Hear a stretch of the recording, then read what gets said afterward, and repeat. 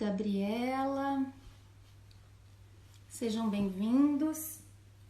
Hoje a gente vai falar sobre terapia gênica em hemofilia com o Francisco Careta, que a maior parte das pessoas já conhece. Ele deve estar entrando. Então, enquanto isso, aproveito para lembrar vocês de seguirem as redes sociais da Abrapem. A gente recentemente fez uma página no LinkedIn também. Então tem aqui o Insta, o Facebook, o LinkedIn, o YouTube.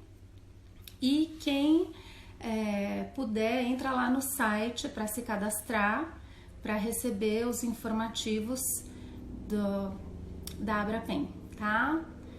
Vamos lá. Cadê o Francisco? Ainda não chegou. Deve estar se arrumando. Oi, Alane, tudo bem? Josiane, tudo bom?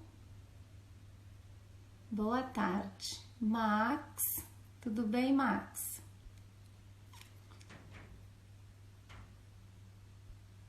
Vamos procurar aqui. Será que ele já tá aqui? Eu que não vi?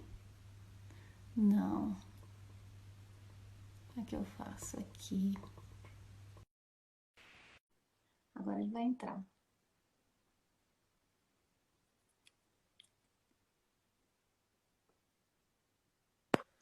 Vamos lá. Oi. Tá?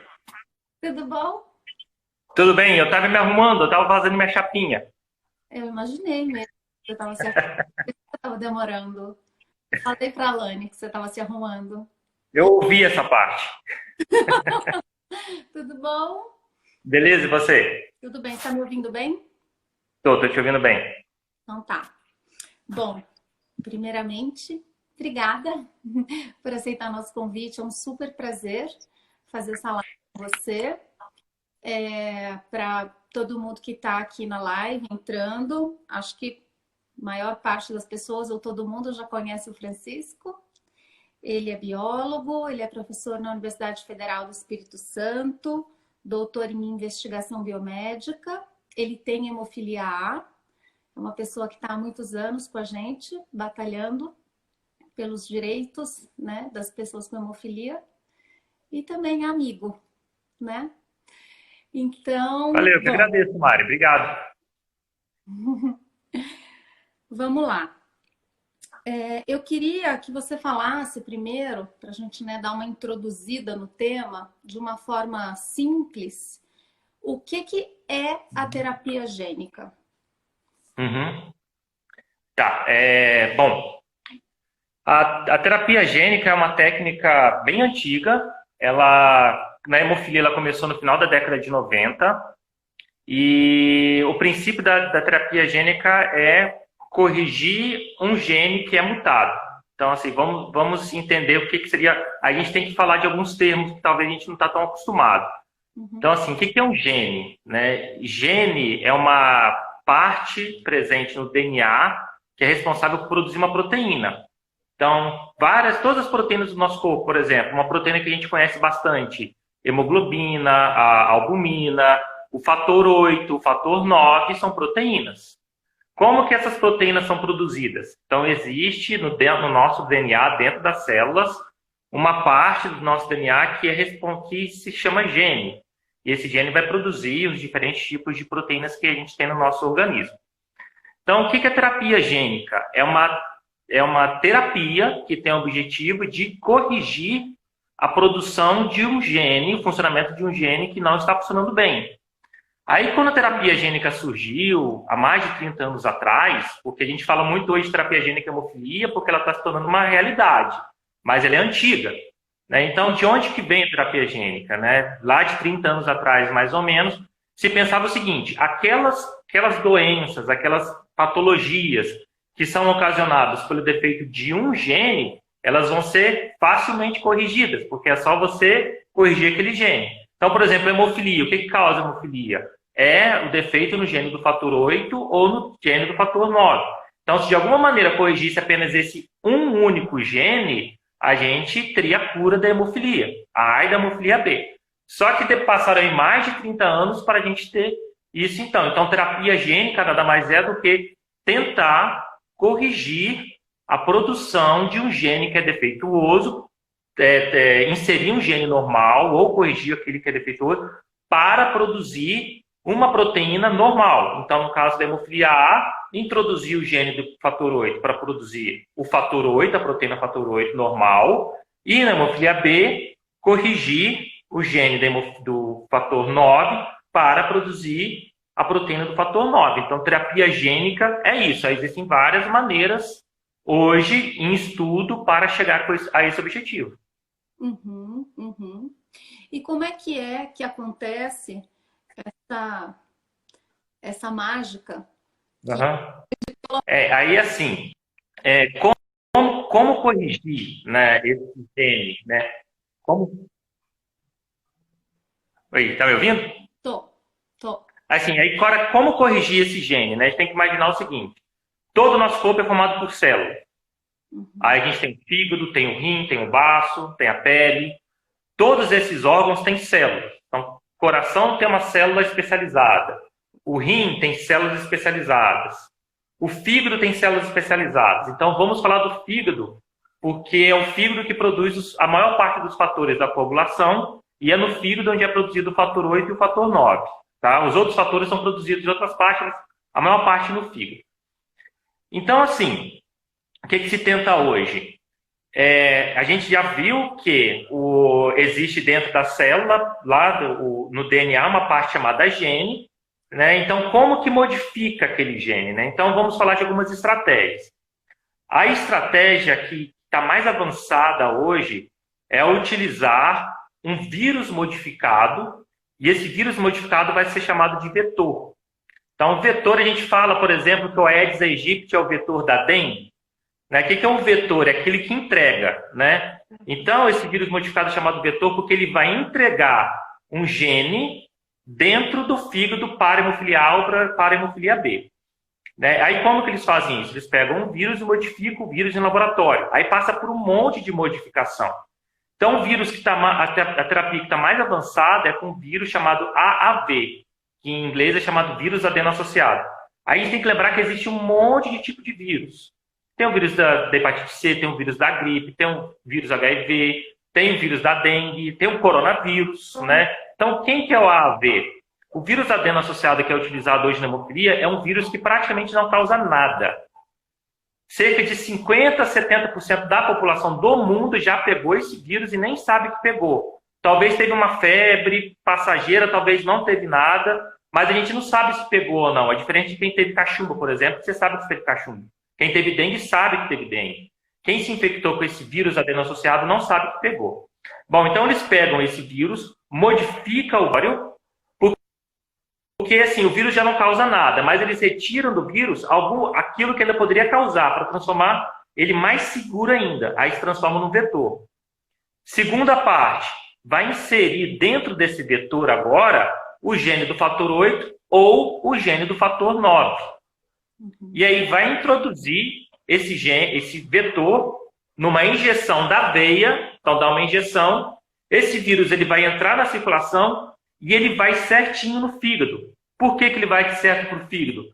Porque o AAV que é utilizado no organismo é um AAV que ele naturalmente já vai para o fígado. Aí quando ele chega no fígado, aí por isso que é importante a gente falar diferente, o que esse vírus faz, porque depois a gente vai falar de outros, né? O que o vírus adeno-associado faz? Ele entra dentro da célula e ele deixa aquele gene do fator 8 ou o gene do fator 9 dentro da célula. E é importante a gente dizer o seguinte, para diferenciar do próximo vírus que a gente vai falar. Quando esse gene entra dentro da célula, ele não vai se integrar ao DNA da nossa célula. Ele vai ter o DNA da nossa célula aqui e vai ter o gene do lado.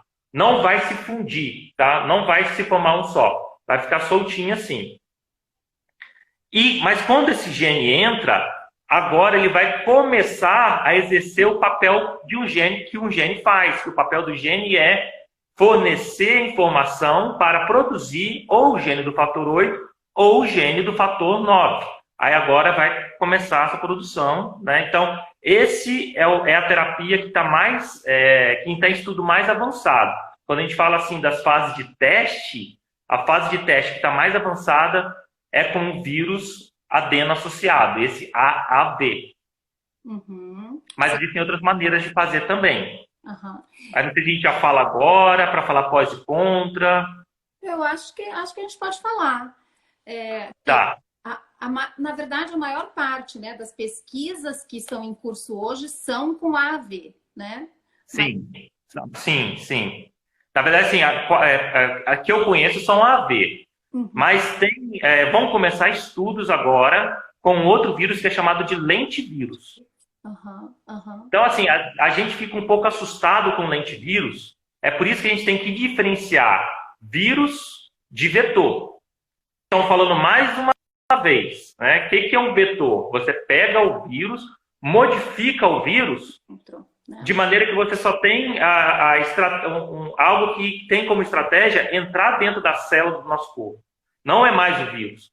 Porque o lentivírus, o HIV é um lentivírus, tá? Assim, mas existem vários outros lentivírus. Então vamos lá. Por que trabalhar com lentivírus? Né? Por que começar a pesquisar lentivírus que tem o AAV? Pelo seguinte, todo vírus, quando entra no nosso organismo, o nosso organismo ele vai reconhecer o vírus como algo estranho e vai tentar destruir o vírus.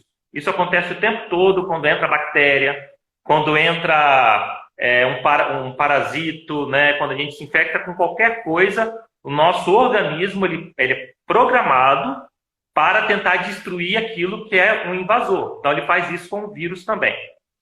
Pois bem, o AAV, cerca de 30% a 70% das pessoas, né, parece que é mais de 50%, mas sim, vamos colocar 30% a 70%, das pessoas de todo mundo já entraram em contato com o AAV.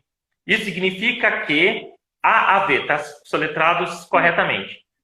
Então, assim, quem já entrou em contato com o AAV já produz anticorpo contra o AAV. Aí vamos colocar um pouquinho mais complexo, que existem mais de um tipo de AAV. O que é mais utilizado é o número 5, AAV5. Mas também tem estudos com AAV8. Mas vamos colocar o 5, porque está sendo mais estudado agora.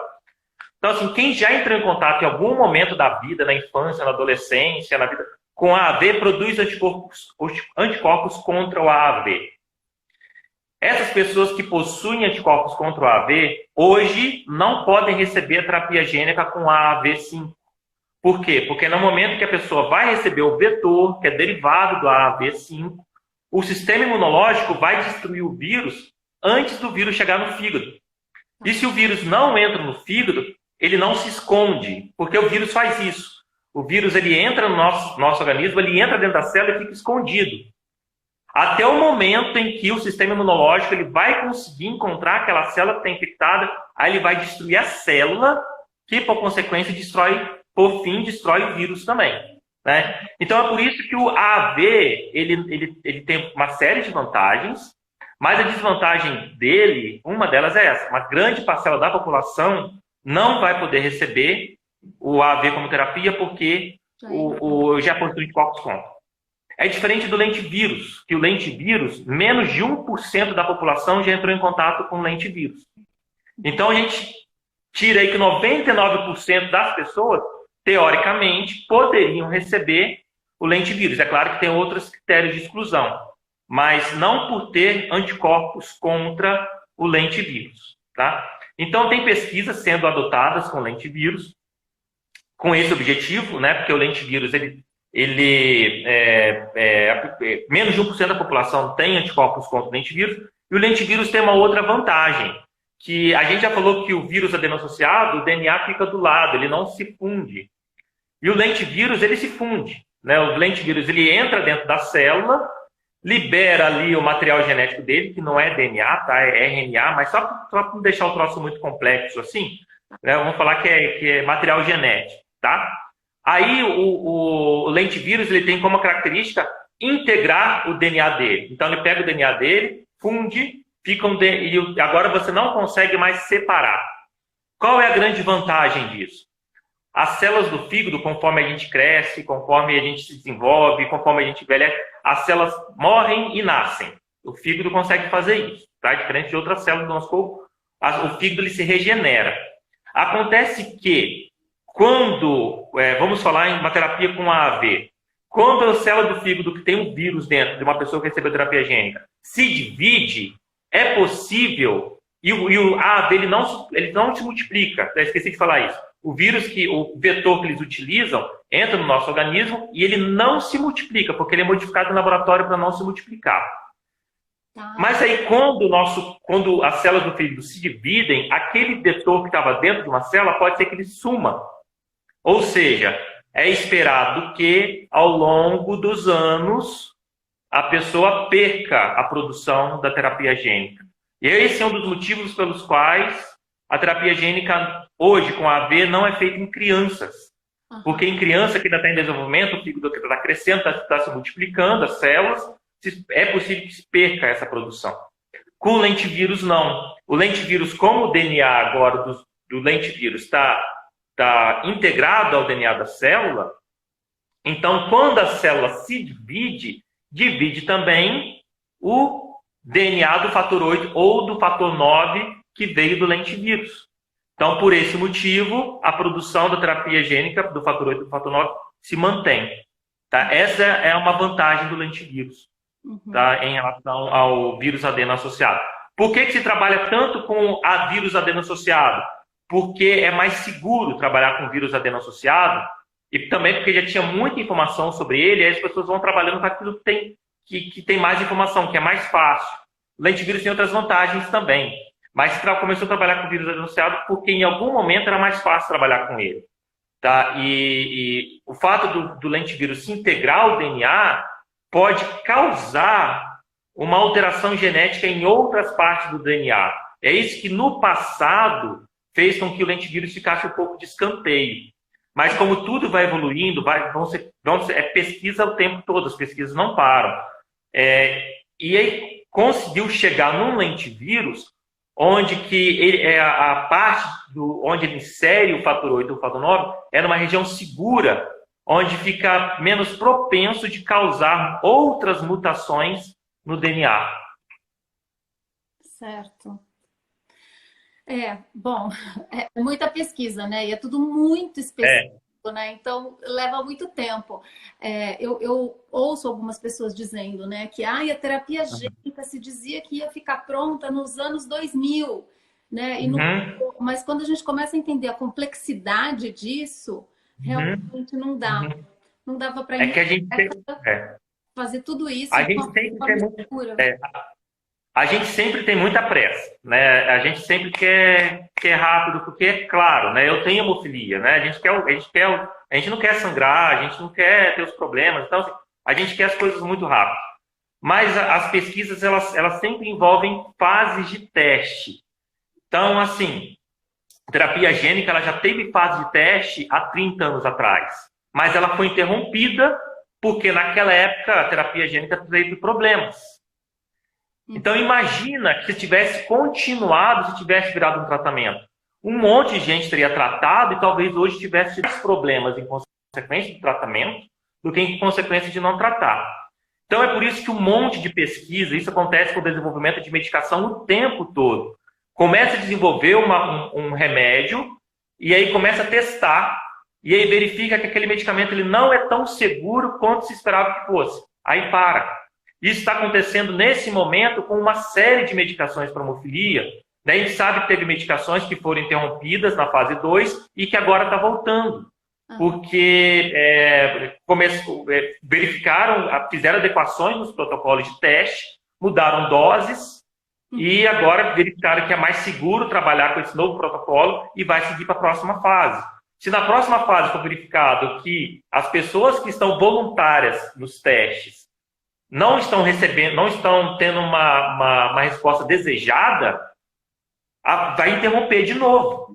Né? Ou seja, só vai entrar em comércio se for verificado que, além do tratamento ser efetivo, o tratamento é seguro. Né? Então tem que ter eficiência, o tratamento tem que resolver o problema, mas mais importante do que isso, o tratamento ele não pode trazer mais problemas, porque senão continua com o tratamento que tem disponível hoje para todo mundo, até chegar uma opção que é melhor. Né? Porque é por causa da segurança, mas todo mundo quer medicação para ontem. É. Mas assim, demora, um monte de coisa dá errado. Eu sei porque quando eu trabalhava no meu doutorado, quase tudo dava errado, então é uma tristeza. É, Às vezes algumas coisas dão certo. tem uma estatística, né? Para cada quantos? Para cada 100 novos Ó, pesquisas, acho que uma dá certo, não é isso? De medicamento. eu não sei. O meu orientador de doutorado, que era uma pessoa de muita experiência, ele falava o seguinte: se 30% das coisas que você fizer funcionarem, fique feliz. 30%. Que Era bom. sempre menos. Ah, não conseguiu? Mas demora, é muito teste, tem muita pesquisa que avança, aí você para ver os dados, junta todos os documentos, você vê assim, não, isso daqui não vai para frente, isso daqui, porque a empresa vai querer vender depois no final. Fala assim, não, isso daqui não vai trazer lucro. Aí para e parte para outra. Mas o que é importante, Mário, que eu acho que é legal dizer, é que tem várias empresas trabalhando com terapia gênica nesse momento. Uhum. Mas além das empresas que estão trabalhando com terapia gênica, tem muito mais pesquisa sendo desenvolvida em universidade, em vários países, que em algum momento vai existir alguma empresa que vai olhar para aquilo e falar assim, eu quero investir. Aí vai comprar os direitos, ou vai patrocinar, porque essas etapas de testes clínicos, que é pegar voluntários e fazer a fase 1, fase 2, fase 3, fase 4, isso é muito caro. As pequenas empresas, aquelas startups, as universidades, não conseguem bancar isso porque é realmente o preço é extremamente elevado. Uhum. E isso aconteceu com várias medicações hoje que a gente utiliza no tratamento, né? Iniciaram na própria hemofilia, iniciaram em universidades e que depois grandes empresas compraram para poder se transformar em opção de tratamento que a gente tem hoje. Uhum. Então, assim, a gente vê, tem empresas já trabalhando com fases avançadas, com terapia gênica, mas tem um monte de empresas menores trabalhando com camundongo, com cachorro, antes de testar em seres humanos. Certo. Olha, eu vou te fazer aqui duas perguntas juntas, que acho que dá para você encadear. O Néder está perguntando por que essa terapia não é eficaz em pessoas mais jovens ou crianças. Não sei se é bem a questão da eficácia, mas a elegibilidade, né? Quem que pode ser elegível ou não. E aí, na sequência, a outra pergunta é se esse tratamento já está sendo feito em algum país. Tá, não faz em criança por causa do crescimento do fígado, né? E também por segurança, né? Você não faz em criança. Mesmo medicamentos vão ter faixa etária, por exemplo, 12 anos, né? Quando que eles vão pegar criança para poder fazer alguma pesquisa? Quando não existe nenhuma outra opção de tratamento, às vezes utiliza. Mas para hemofilia isso não vai ser feito. Trabalha com adulto porque já terminou a fase de crescimento, os órgãos já estão todos bem desenvolvidos, já se sabe, já se espera melhor a resposta de sistema imunológico, os tratamentos, né? Porque assim, sempre que se faz uma pesquisa, a pessoa ela tem que concordar com o que ela vai participar daquela pesquisa, porque não é só assim, eu comecei a pesquisa, estou participando de um protocolo clínico, agora acabou. Não, existe um segmento depois, dentro da indústria que está conduzindo esse estudo, e dentro da equipe médica que está conduzindo esse estudo, que é super, assim, são muitas consultas, muitos exames, quer dizer, a pessoa realmente tem que ter o compromisso. Então, assim, quem se voluntaria para receber um tratamento, para participar de uma pesquisa clínica, sabe que precisa ter um grande compromisso que pode durar 1, 2, 3, 4, 5 anos, às vezes mais tempo. Então, a pessoa assina um documento que ela vai aceitar fazer isso. Mas, a qualquer momento, ela também pode sair, tá? Ela entrou, pode sair, porque é voluntário, né? Mas é muito mais fácil você, para uma equipe que vai receber o paciente, negociar isso com um adulto do que com uma criança. Claro. Porque, às vezes, aqui a criança não quer mais e tal, e isso não pode acontecer. Mas é mais pela questão da segurança mesmo. Talvez funcione em criança. Por quê? Porque quando se faz teste em animais, trabalha com camundongo, que se a gente considerar, seria assim, quase que um recém-nascido, sabe? Uhum. Porque antes de testar em humanos, tem que testar em animais, né? Por mais que isso possa ser polêmico, mas assim, não é possível testar no ser humano direto, né? Tem que testar em animais. Então, talvez funcione em criança. Não é que não funciona, mas não se testa por desenvolvimento de órgãos e por existirem outras opções. Uhum. Uhum. Aí outra pergunta era qual mesmo, né? Pergunta é se essa terapia já existe em outros países e qual que é a Uhum. visão... Ah, não, Uhum. fala essa, depois eu leio outra. Como opção de tratamento, não existe nenhum lugar do mundo. O que se fala como opção de tratamento? Você poder comprar. Você não consegue comprar terapia gênica em nenhum lugar do mundo. O que se tem hoje são pesquisas sendo desenvolvidas em voluntários. Então, são conduzidas juntamente com o centro de tratamento. Alguns países é hospital, outros países é hemocentro, vai variar. Mas, assim, com opção de comprar, não. Era previsto que o FDA fosse dar o parecer de uma empresa para ser aprovado para entrar em comercialização em agosto. Isso no ano passado, mas com a pandemia, não sei como é que vai ficar. Né? Talvez se mantenha o cronograma, talvez vai estender, mas nos Estados Unidos, se não chegar nesse ano, que a previsão é chegar nesse ano, é muito provável que chegue no ano que vem. Chegar na Inglaterra, e alguns países da Europa, Japão e para os países que têm mais condições. Certo. Então, você estava falando que por enquanto só por meio de pesquisa, né? Alguns países do mundo participam dessas pesquisas. Esses países, esses centros de tratamento, eles são escolhidos, né, de acordo com muitos critérios específicos.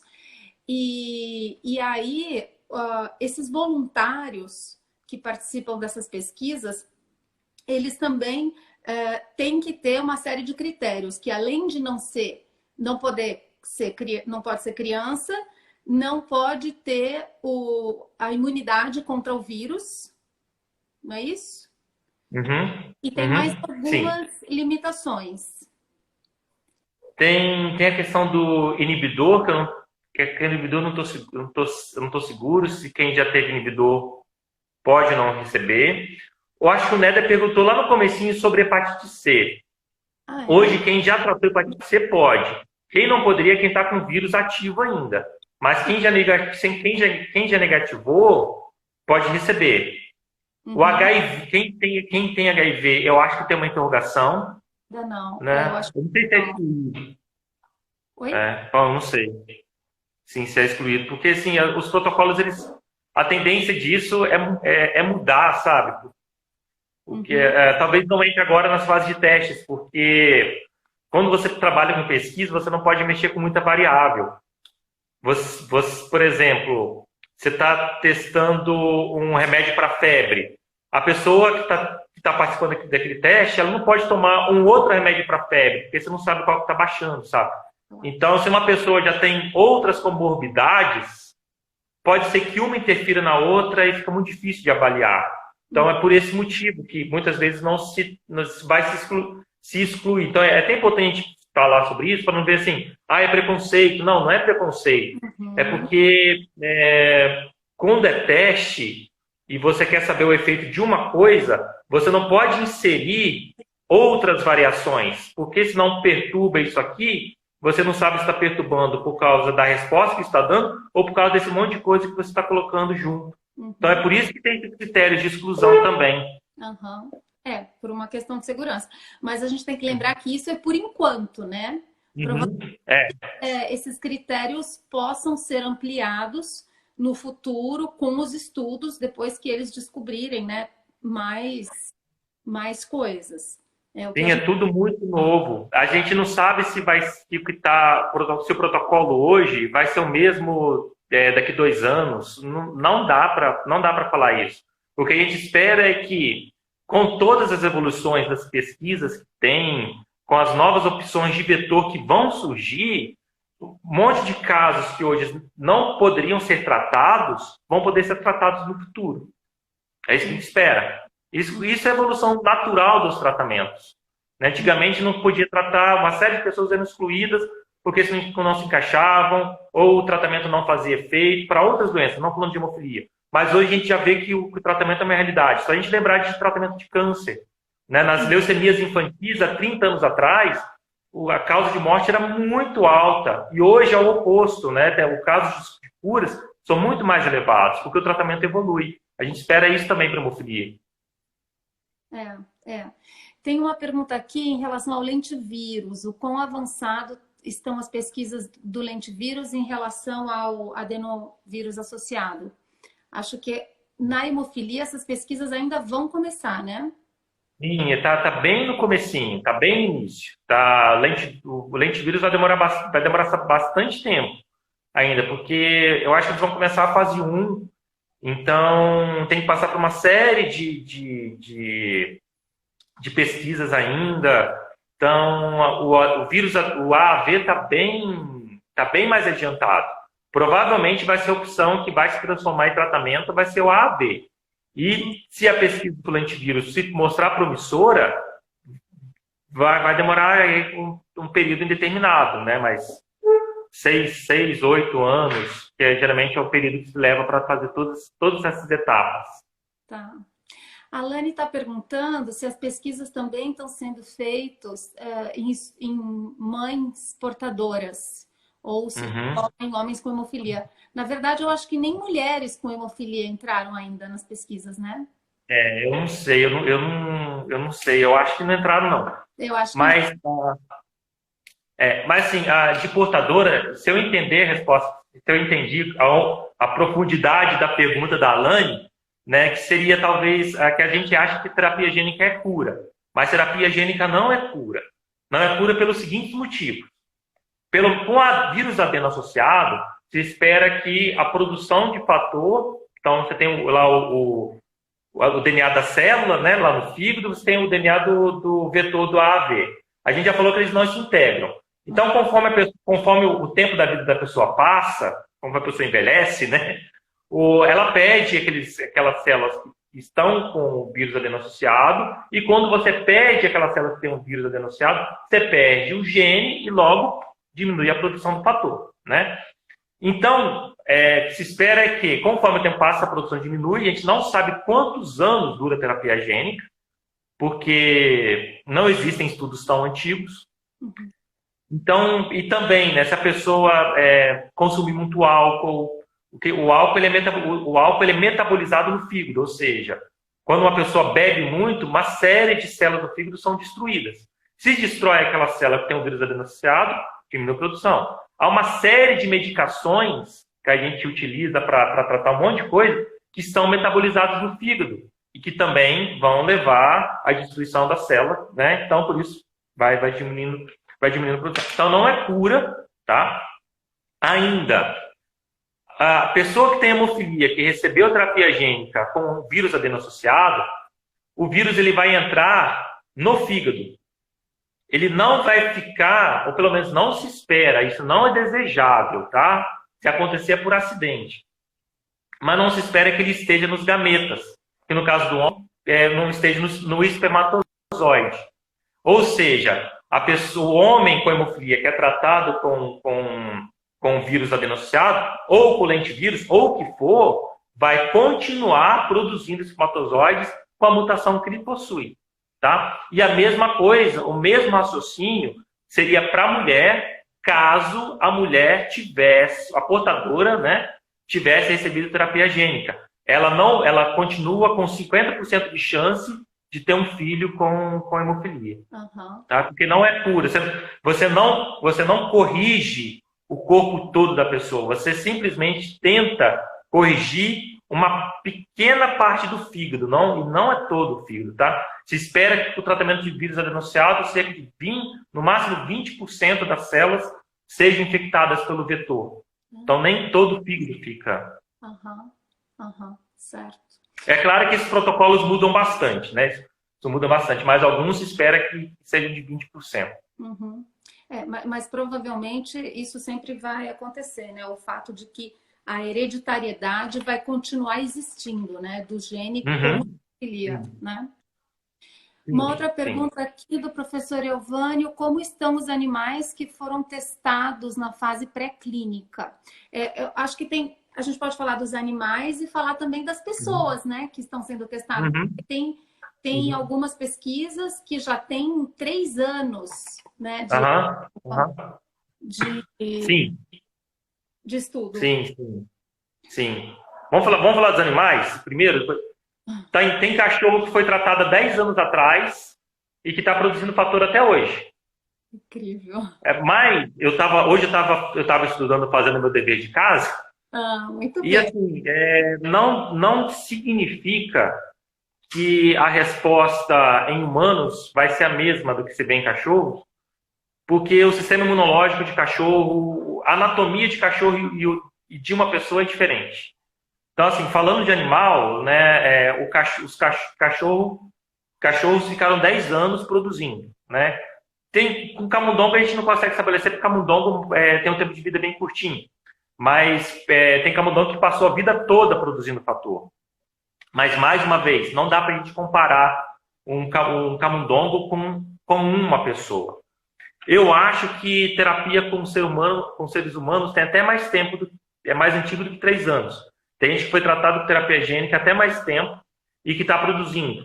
A gente não sabe o quanto que está produzindo. Porque nesse artigo, Mari, que a Abrapem compartilhou na divulgação da live, Uhum. fez o segmento durante um ano, não é? Isso. E durante esse um ano, teve gente que, assim, eles analisaram 7 pessoas e quando tirou a média de todo mundo, a taxa de produção estava em 70%, quase 70%. Então, você imagina, era todo mundo grave e agora menos de 1%, agora está com 70%. Mas depois de um ano. Mas esse artigo é do final de 2017. Quer dizer, já tem 2 anos e meio. Como é que estão essas pessoas? Ainda não saiu o resultado. Né? Então a gente não sabe. Deve ser daqui a pouco a fase 3, porque esse artigo é da fase 2. Então, quando sair a fase 3, a gente vai ver se está estável, se está caindo, se subiu mais. Aí tem que esperar.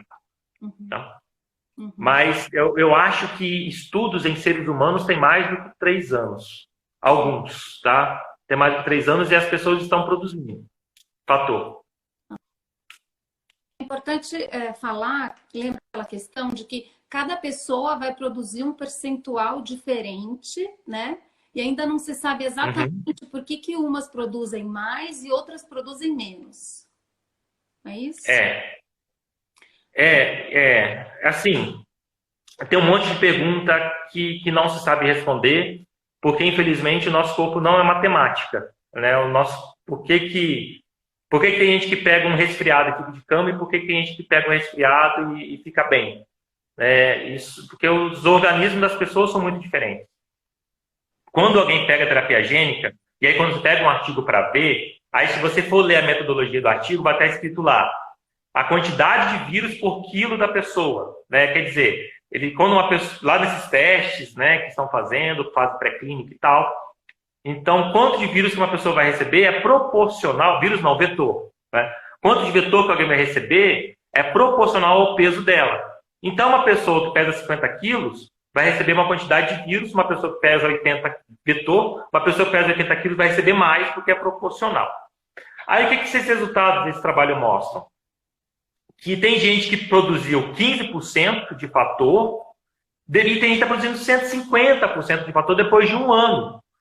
Por que tem gente que produz 150% e tem gente que produz 15%, sendo que todo mundo começou com a mesma quantidade? Não sabe. Né? Não sabe por que tem variações, talvez sistema imunológico, né? Não sabe por que é assim. Mas aí vem outra questão, né? que foi muito discutida no Summit do Congresso Virtual da Federação Brasileira de Hemofilia. Federação Mundial de Hemofilia, perdão. Estou com o Brasil na cabeça. Por que tem gente que produz tanto, 10 vezes mais, 10 vezes menos, mas assim, o quanto que é importante produzir, né? Precisa de 150%? Precisa de 50%? Será que 50% tá bom? Né? Porque assim, o quanto que é Hemofilia grave é de 0 a 1%. Hemofilia moderada é de 1 a 5. Leve, de 5 a 40. O normal é de 50 a 150. 5%, a coagulação já é normal. Às vezes é normal. Então, assim, às vezes, quem tem 30%, a coagulação é praticamente normal. Quando você vai ver aqueles exames de coagulação mais simples, fala PTPA, está quase normal. Às vezes, portadora tem esse valor e não sangra em cirurgia. Tem portadora que tem 30% de fator e vai fazer cirurgia e não sangra. Então, assim, o quanto de fator que seria necessário? Porque quem tem 15% de fator 8 ou de fator 9, que é leve, provavelmente nunca vai ter amartrose na vida, a não ser que tenha um trauma muito grande. Então, aquela questão, precisa de 100%? Precisa de 50%? Precisa de 30%? Né? Assim, não se sabe. É claro, talvez quem tenha 100% vai demorar muito mais anos para cair essa produção. Mais tempo do que quem tem 15% no início. Mas isso também é especulação, porque não existem dados tão para mostrar quanto tempo que demora. Vai demorar 10 anos, 20 anos, não se sabe. Mas a questão é assim, o quanto que seria o ideal do tratamento? Aí vem outra discussão que teve no Congresso foi, talvez a terapia gênica ideal seria aquela onde a pessoa não precise mais fazer a profilaxia com fator intravenoso. E sim, se em algum momento ela tiver que fazer reposição, seja para fazer cirurgia ou por trauma, né, aí ela vai ter que fazer reposição de fator. Mas não precisar fazer a profilaxia, né, porque a profilaxia tem aqueles altos e baixos. Quer dizer, você aplica o fator vai lá em cima.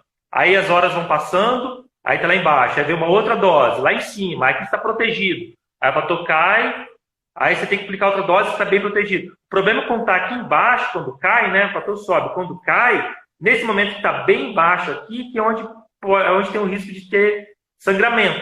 Se a pessoa pula 1, 2 dias de profilaxia, é aqui que geralmente está, né, o risco de ter sangramento. E a terapia gênica é um troço linear, né? A pessoa fez terapia gênica, vamos supor, está com 15%, mas está 15% todos os dias. Essa é uma grande diferença. Isso dá uma grande diferença no tratamento. Uhum. Não ter a oscilação realmente é maravilhoso. E a gente espera que todo mundo chegue lá o mais rápido possível. Eu queria que você falasse, nossa última pergunta. A gente tem se falado menos, mas são duas expressões que se parecem muito e são duas técnicas diferentes.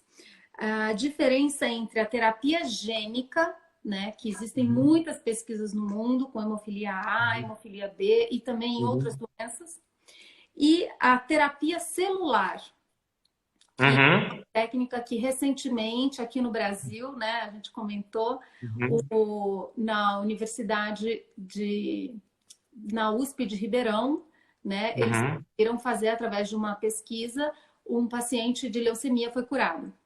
Isso. Assim, tecnicamente, qual a diferença entre terapia gênica e terapia celular? Terapia gênica você utiliza um vetor, que a gente já falou, né, que é um vírus modificado, introduz esse vetor no organismo da pessoa e esse vetor ele vai para um determinado órgão, seguindo a natureza daquele vetor. Vai para o fígado, vai para outro tecido, né? Para a hemofilia tem ido para o fígado, essa tem sido a escolha. O que é terapia celular? Terapia celular você vai introduzir a célula, não é um vetor, a célula de uma pessoa. Como que se tem feito isso? E já tem experimentos em camundongos e tem muita gente animada para que isso pode ser um campo muito rico para a hemofilia. Como é que faz terapia celular? Retira uma célula de uma pessoa, ou várias, né? Aí a fonte podem ser várias, e vai colocar essas células dentro de garrafinhas, leva para o laboratório, coloca dentro de umas garrafinhas especiais, que é uma coisa que é utilizada com esse propósito, para que essas células, dentro das garrafinhas, elas tenham totais condições de sobreviver. que vai acontecer agora com essas células? Elas vão ser modificadas. Elas vão, o DNA dela, lá no gene do fator 8 ou gene do fator 9, agora já falando de hemofilia, ele vai ser ou corrigido, ou então vai ser introduzido ali um lentivírus para que o lentivírus ele modifique o DNA daquela célula, colocando uma cópia do gene do fator 8 ou o gene do fator 9. Agora essas células elas vão crescer, elas já estão com o seu DNA, elas receberam o gene do fator 8, o gene do fator 8 normal, todas já estão, ou pelo menos muitas, estejam corrigidas, vamos falar assim, elas vão começar a crescer dentro dessas garrafas, e quando tiver uma quantidade desejada, coloca essas células de novo no corpo da pessoa, na circulação, e elas vão migrar e se espera que elas fiquem alojadas no fígado. Tá. Aí, em algumas partes do fígado, né? Porque a gente fala assim, fígado parece uma coisa só, mas tem hepatócito, tem a célula do endotélio, é tudo né, só para falar assim, que não é uma coisa só, tá? Mas chega em determinadas partes do fígado e essas células elas vão começar a produzir ou o fator 8 ou o fator 9 normal. Tá? Qual é a vantagem disso em relação à terapia gênica? É que é muito mais simples fazer a terapia celular. Não é que é simples, tá? Tudo isso é muito difícil. Mas assim, a estrutura necessária para fazer a terapia celular, ela é menos complexa do que a terapia gênica. Eu quero dizer que eu nunca trabalhei com terapia gênica, nem com terapia celular, mas quem me falou isso foi justamente um colega que trabalha com terapia celular e foi um dos pesquisadores que estava nessa equipe lá de Ribeirão Preto, dessas pessoas que receberam tratamento para essa leucemia. Então eu conversei com ele e falou assim, olha, a gente tem condições de fazer a terapia celular, não consegue fazer terapia gênica com a estrutura que tem, porque a terapia gênica ela envolve uma estrutura muito diferente, precisa ter uma capacidade de produção que é diferente. Então, a terapia celular talvez se torne uma opção para o futuro e também porque se espera que ela possa ser, além de mais econômica, né, ser mais barata e por isso ser mais fácil, permitir uma produção e tratamento de maior número de pessoas, é possível que o tempo de duração da terapia celular talvez seja maior do que com o vírus ADN associado. Mas, mais uma vez, são previsões. Tá. Uhum. Certo. A terapia celular é isso, se espera que ela realmente possa ser feita em mais locais, né? E se você consegue fazer isso em mais locais, você consegue tratar mais pessoas, o preço reduz, é mais fácil tratar maior quantidade de gente. Mais locais, né? Então, por mais locais, você está querendo dizer mais doenças ou mais órgãos do corpo para a mesma doença? Não, mais centros de produção, Tá. mais companhias, mais universidades.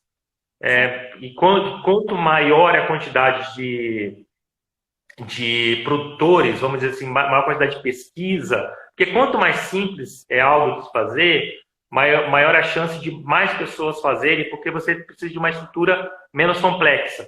Porque quando você precisa de alguma coisa que tem equipamento em apenas 5 lugares do mundo, só 5 lugares do mundo vão conseguir fazer. Mas se você desenvolve algo que consegue ser desenvolvido em 100 lugares do mundo, talvez 50 se interessem em fazer. Aí, quanto mais gente fazendo, maior a chance de ter um ou os 10 que estão mais bem, que estão funcionando melhor. É a mesma coisa a gente falar hoje com a vacina do coronavírus. Tem um monte de dezenas e dezenas e dezenas de locais tentando produzir a vacina, mas tem algumas que estão no estágio de desenvolvimento muito melhor. Outras estão aqui embaixo. Quem tem experiência, geralmente, consegue fazer um produto melhor, né? E assim vai. Quem tem mais recursos, quem tem mais tecnologia. Certo. Estou dando uma olhada aqui se tem mais perguntas. Tem uma pergunta aqui. Quais foram os efeitos colaterais verificados até agora na terapia gênica? Agora voltamos para a terapia gênica. Uhum. Cortou um pouquinho. Você pode repetir, Mari? Quais foram? Os efeitos colaterais que já foram verificados nas pessoas que fizeram terapia gênica?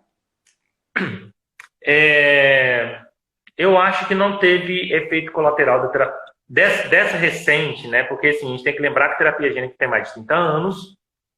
em hemofilia e que elas foram interrompidas porque elas não tiveram resultados satisfatórios. Mas a gente tem que estar falando agora de uma nova era da terapia gênica. Uhum. Bom, da terapia gênica em si, com o vírus o vírus adeno-associado ele é muito seguro. Então, quando a gente compara com o vírus adeno-associado de outros tratamentos de outras patologias que não com a hemofilia, eu desconheço efeito colateral. O que eu conheço de efeito colateral são efeitos secundários de medicação, que é justamente o tratamento de imunossupressão, que a gente não falou disso ainda. Tá. Porque é o seguinte, a gente já falou que o vetor ele entra no organismo, ele fica escondido dentro da célula, mas em algum momento o sistema imunológico encontra a célula infectada e tenta destruir. Porque o nosso sistema imunológico não consegue entender que aquele vetor é algo do bem, né? Ele quer destruir porque é um organismo estranho. Então, qual é a maneira? E aí, esse é o grande avanço, esse é um dos grandes avanços da terapia gênica no estado atual. Que hoje consegue monitorar que quando o sistema imunológico está destruindo as células do que foram infectadas para tentar destruir o vírus, o que está sendo feito hoje é fazer um tratamento de imunossupressão nessa pessoa. Qual o objetivo? Diminuir a resposta imunológica. Porque se diminui a resposta imunológica, talvez o sistema imunológico para de destruir células infectadas. E se para de diminuir a célula infectada, a produção de fator se mantém. Ocorre que algumas pessoas desenvolvem efeitos colaterais do tratamento da imunossupressão. Porque o tratamento com imunossupressão não é algo assim, que todo mundo passa sem apresentar efeitos colaterais. Realmente tem pessoas que passam com efeitos colaterais mínimos e tem pessoas que precisam trocar de medicação. Então, esse é um dos problemas. Uma outra questão é que quando as empresas vão selecionando as pessoas para poder, ou os hemocentros vão selecionando as pessoas, a pessoa, então, ela precisa, isso também não é efeito colateral, tá? Mas só para dizer que as coisas, elas têm um rigor. Não basta ela apenas seguir, ter que ir nos exames, ter que fazer as consultas, porque tem que ficar fazendo um monte de tipo de teste de sangue e tal. A pessoa ela também tem que concordar em seguir uma série de orientações. Por exemplo, não fazer uso de de algumas medicações, tudo tem que ser prescrito pela equipe. A pessoa tem que evitar álcool, porque o álcool pode destruir células do fígado e, por isso, interferir na resposta. Porque se começa a destruir células do fígado porque a pessoa está ingerindo álcool ou medicações, você não sabe se está diminuindo a produção, porque naturalmente iria diminuir, ou por consequência do álcool e de outros tratamentos de medicações que a pessoa for receber. Então, tem isso. Então, assim, embora não seja um efeito colateral, apenas para deixar bem claro que essas etapas de pesquisas clínicas, elas envolvem um rigor e uma dedicação das pessoas que participam, das equipes médicas que estão supervisionando, que é algo que precisa ser extremamente regulado para que as variações que vão existindo sejam pouco influenciadas por algo que não seja terapia em si, mas sim pelo hábito de vida da pessoa. Sabe? Atividade física, bebida, medicações, chá, sabe? Fitoterápico, todas essas coisas precisam ser... existe um grau de instrução muito grande. E também foi falado durante o congresso a medida de contracepção, porque o vírus ele vai ser detectado, e isso está naquele artigo de 2017 que vocês compartilharam. O vírus ele vai para o fígado, só que o vetor vai para o fígado, só que durante vários meses o vetor ele ainda pode ser encontrado no sangue, na urina, na saliva, no sêmen, né? Então, assim, a pessoa ela precisa o voluntário precisa adotar medidas de contracepção, quer dizer, não pode ter filho durante determinado período, porque o vetor vai estar no sêmen. O que aquilo pode causar se existir uma gestação, não se sabe, talvez não, por muito provável não se cause nada, mas para evitar qualquer risco, né?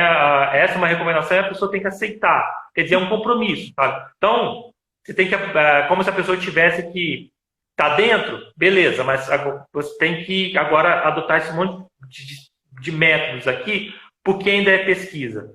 Quando se testa novos fatores, é a mesma coisa. Uhum. Tem passo por um monte, não sei se o rigor é tão grande porque eu não acompanho as publicações, mas existe uma série de rigores também. Talvez daqui 5, 10 anos, quando a gente tiver muito mais informação, aí já vai saber, não, você pode fazer terapia gênica e já pode ter filho, pode fazer terapia gênica e pode voltar a tomar cerveja, vinho, pode beber, pode tomar tudo com medicação. Não sabe, mas como ainda está muito no início, tem que ser conservador. Você tem que influenciar o mínimo possível em possíveis variações. Eu acho que a gente saber tudo isso, na verdade, dá muito mais segurança, né? A gente sabe que as pesquisas estão sendo feitas dentro de um rigor técnico muito grande, né? Dentro de um contexto de muita segurança, e isso é muito bom para nós pacientes, né? A gente Sim. entende que quando acontecer, né? O dia que isso vier como uma opção de tratamento, né, e for aprovado, a gente vai saber que realmente tem segurança, porque foi muito bem estudado, com muito critério. Bom, a gente está chegando no final, eu não quero deixar passar de 1 hora, porque acabaram de perguntar se essa aula está sendo gravada. Então, eu não posso deixar passar de 1 hora para a gente conseguir colocar ela no Insta. Eu acho, olha só, que a gente respondeu as perguntas das pessoas, aqui os efeitos colaterais, sim, a gente já respondeu todas as perguntas. Se alguém tiver mais pergunta, fica à vontade, pode mandar para a gente, pode mandar para a Abrapem, que a gente manda para o Francisco, ou pode mandar direto para o Francisco, como vocês desejarem. Se eu lembrar, eu respondo. Se eu lembrar, eu respondo. Parece. Eu acho que, assim, o que fica, né, de mais legal de tudo isso é a gente saber que, mesmo a terapia gênica não sendo um tratamento hoje, né? Mesmo a gente sabendo que as etapas do processo são lentas e que a gente tem que ter paciência para isso, a gente vive um momento maravilhoso na hemofilia, né? São muitas pesquisas, tem muitos medicamentos que estão surgindo, né? A gente teve agora, recentemente, uma aprovação, mas existem outros medicamentos. A terapia gênica tem várias empresas que estão estudando, então, quando ela estiver disponível, né? Não vai ser só uma, vão ser provavelmente algumas. Lembra do bebê de proveta? Sim. Primeiro bebê de proveta, era capa de tudo que é revista, né? Hoje faz disseminação artificial em toda a grande cidade. É uma coisa, e é uma coisa quase comum, né? A pessoa que comenta, que fez disseminação, que fez fertilização, ninguém se espanta mais. Então, acho que assim, a nossa perspectiva é muito boa. A gente, claro, tem que ter um pouco de paciência e acompanhar, né? Acompanhar as publicações, acompanhar as informações e esperar que... Acho que o futuro vai ser muito melhor. Já está melhor do que era antes, muito melhor do que era... E ainda vai melhorar mais, né? A hemofilia tem tido um tratamento cada vez melhor e a gente tem tido a possibilidade de ter uma qualidade de vida cada vez melhor, né? Verdade. Então, Exato. obrigada por as explicações. Espero que todos tenham gostado. Obrigada para todo mundo que está online. Se quiserem mandar mais perguntas, fiquem à vontade. E a gente se encontra na próxima live, na segunda terça-feira de julho, tá? Beleza. Obrigada. Valeu, Mário. Obrigado. Obrigado. Até mais. E você. Tchau, tchau.